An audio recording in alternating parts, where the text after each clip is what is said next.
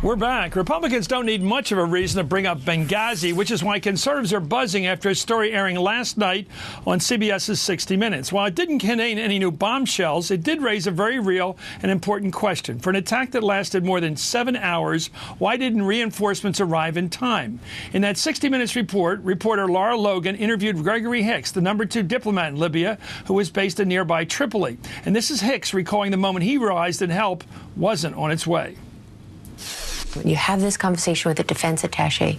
You ask him what military assets are on their way, and he says, effectively, they're not. And for a moment, I just felt lost. I just couldn't believe the answer.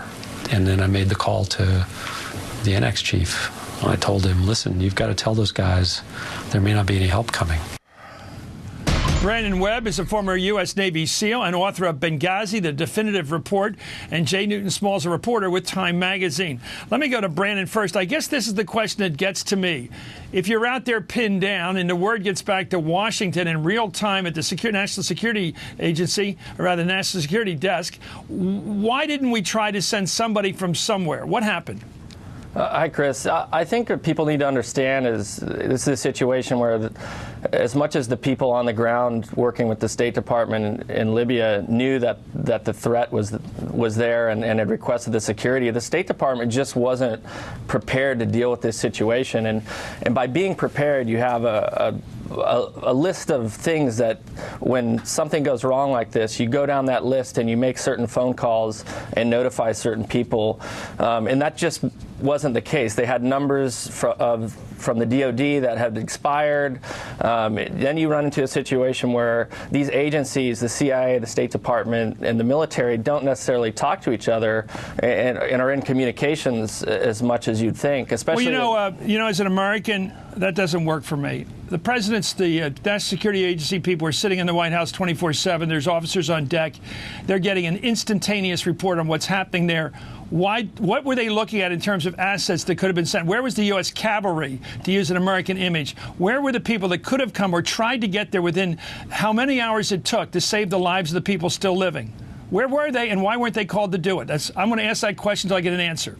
Sure. No, I agree. I mean, there's some blame on the Secretary of Defense. Our sources say that Obama, before he left on that campaign trip, told Panetta, "You do everything you can to save those people." So I think a lot of people in the military are wondering that we're sitting there, standing by, ready to go. Why wasn't the call sent down to send those folks in?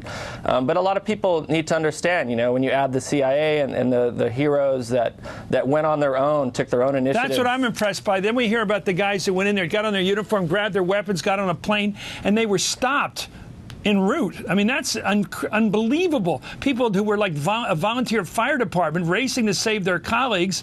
And what happened then to them?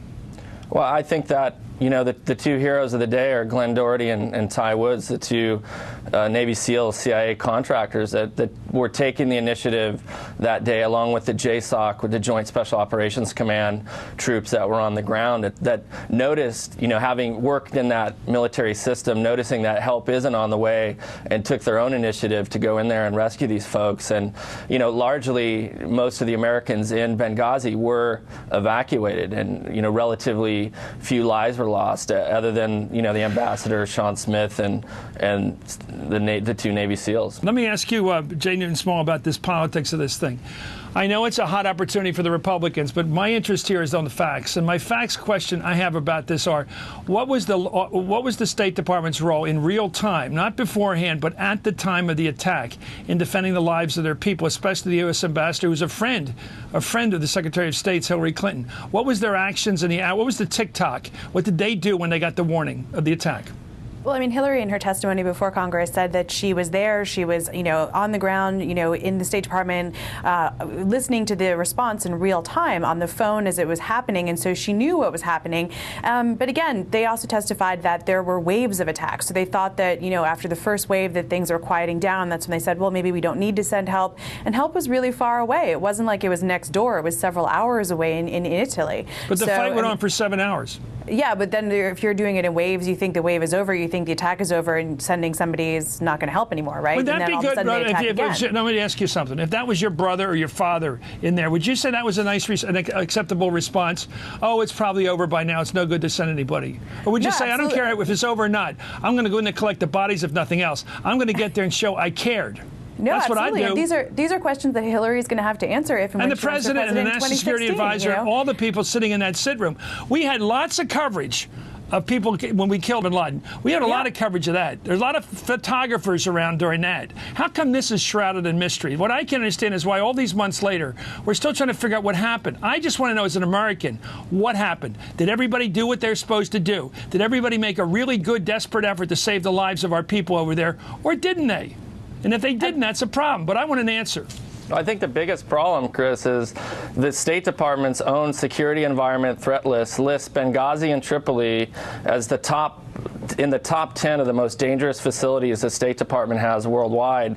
And a lot of people don't realize Tripoli was evacuated to the CIA. The embassy in Tripoli evacuated to the CIA compound too, because they didn't have adequate security. So a lot of blame, I think, falls on the State Department for just not being prepared to deal with the response and communicate effectively to the military to get help. They really left their people hanging, and I see that Patrick Kennedy. Jay, are the Republicans doing this right? I mean, a broken clock can be right twice a day. I'm not a big fan of Darrell Issa because I think he's out for publicity most of the time. But is it possible that we can hope that the Republicans and the Democrats on the committees, when they do look at this, will focus intently on the reasonable questions?